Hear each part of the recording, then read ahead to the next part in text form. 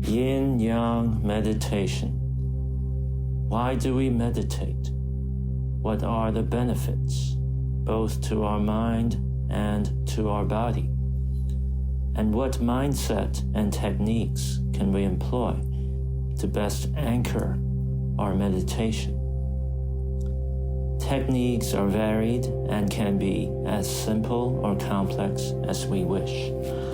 For the duration of the following guided meditation, please sit or stand in the space you can occupy comfortably for the next few minutes.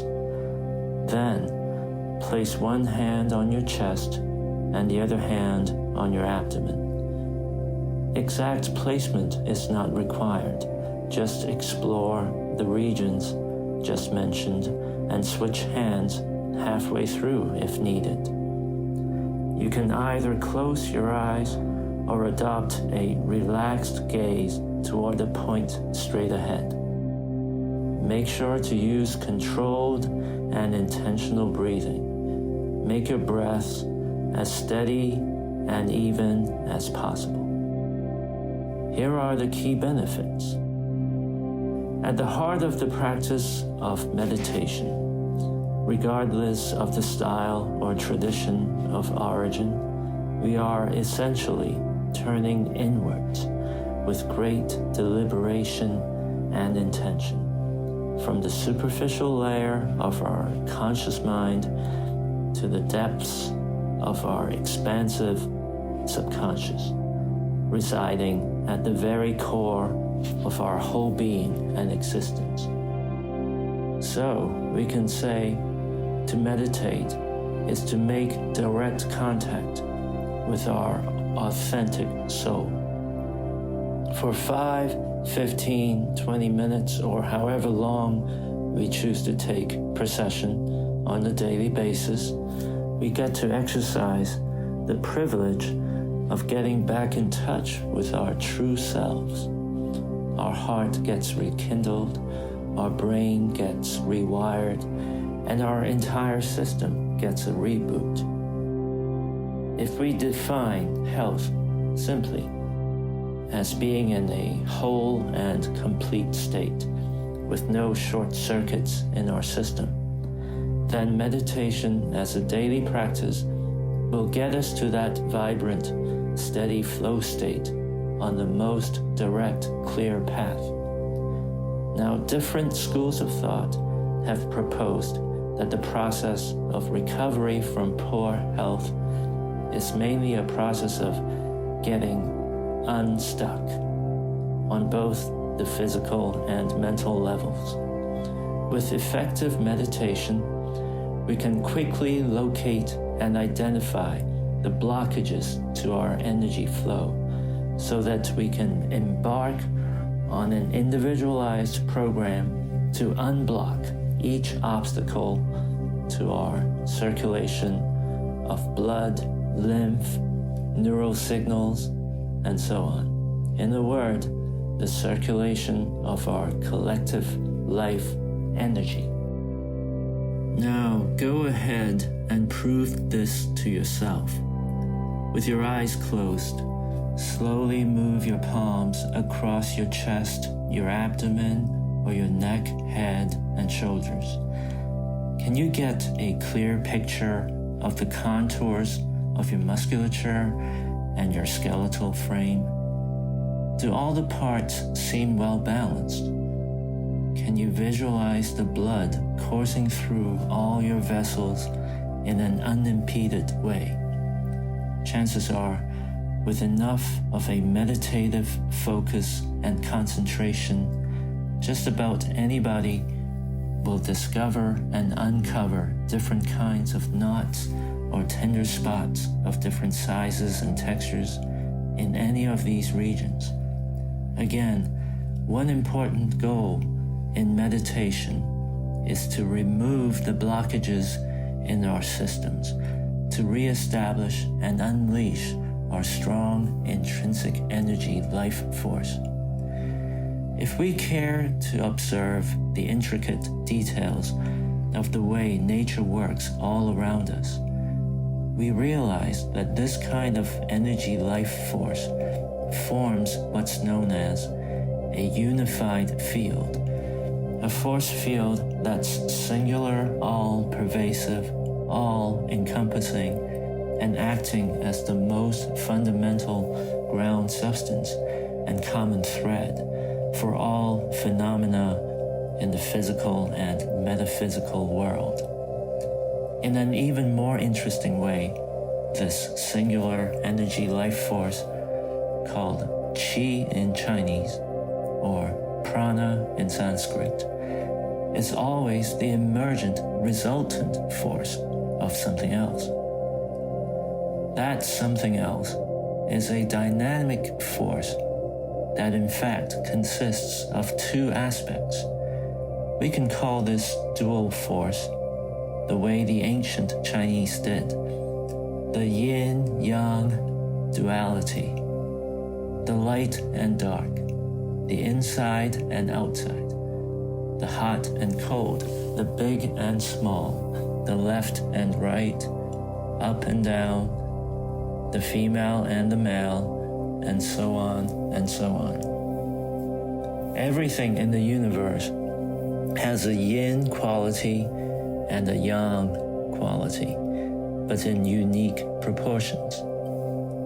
What we should strive for in our practice of meditation, as in the course of life itself, is striking that appropriate and adaptive optimal balance between the yin and yang in all our pursuits, mental and physical. For the rest of this guided meditation, let's heighten our awareness of the following key patterns of yin-yang duality dynamics. Pattern 1, opposition of yin and yang. Pattern 2, interdependence of yin and yang. Pattern 3, intertransformation of yin and yang. By gaining increasing appreciation of each one of these patterns of the yin-yang duality, we will start to gain greater and greater access to the underlying Qi unified field. 1. Opposition of yin and yang.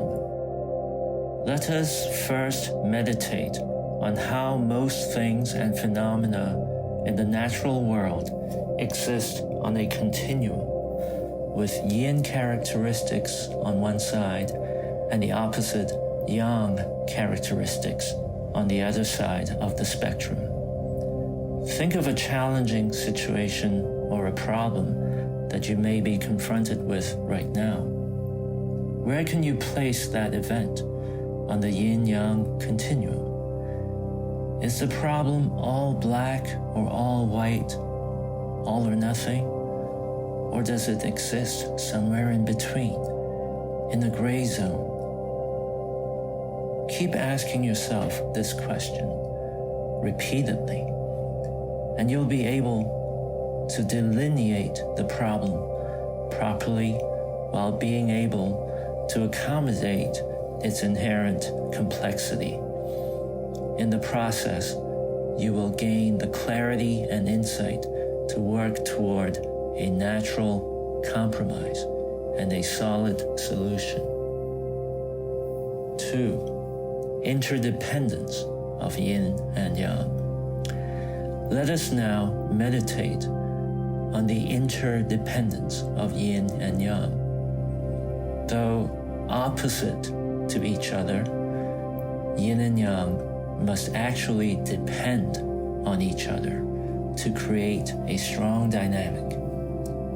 We can regard this dynamic as true testament to the power of relative truth and relativity in general. There are no absolutes, but greater or lesser degrees of a particular quality and characteristic only juxtaposed against a particular frame of reference. For example, stillness a yin quality is highlighted only against the backdrop of movement, a yang quality. Another example, what was once considered old in the past can now be viewed as relatively young by today's standards. 3. Intertransformation of yin and yang. Let us end by meditating on the intertransformation of yin and yang. In the preceding meditation, we had just established the interdependence of yin and yang. Here, we go one step further to reinforce our understanding that not only do yin and yang depend on each other for comparison and contrast, but yin and yang also continually transform into each other.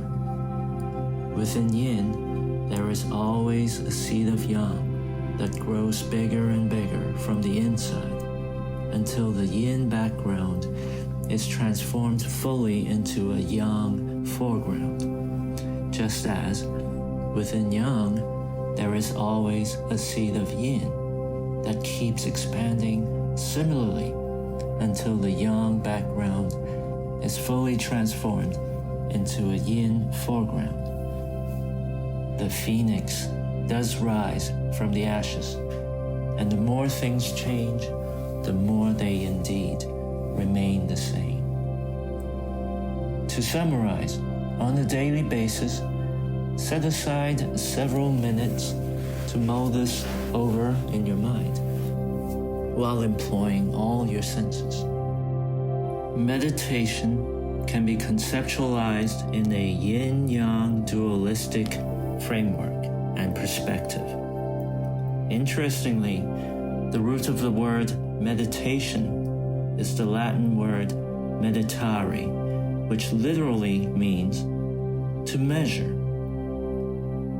Deep consideration of a yin-yang dualistic framework that is at once oppositional and complementary is arguably the most effective holistic way to take an appropriate measure of something. Meditation ultimately helps one to tap into one's unified field at the deepest core of one's being. This unified field is Qi. But unitary Qi invariably emerges out of the dualistic, oppositional yet complementary interactions of yin and yang. So, effective meditation is often an exercise in placing oneself at the intersection of yin and yang, driving forces in nature and in one's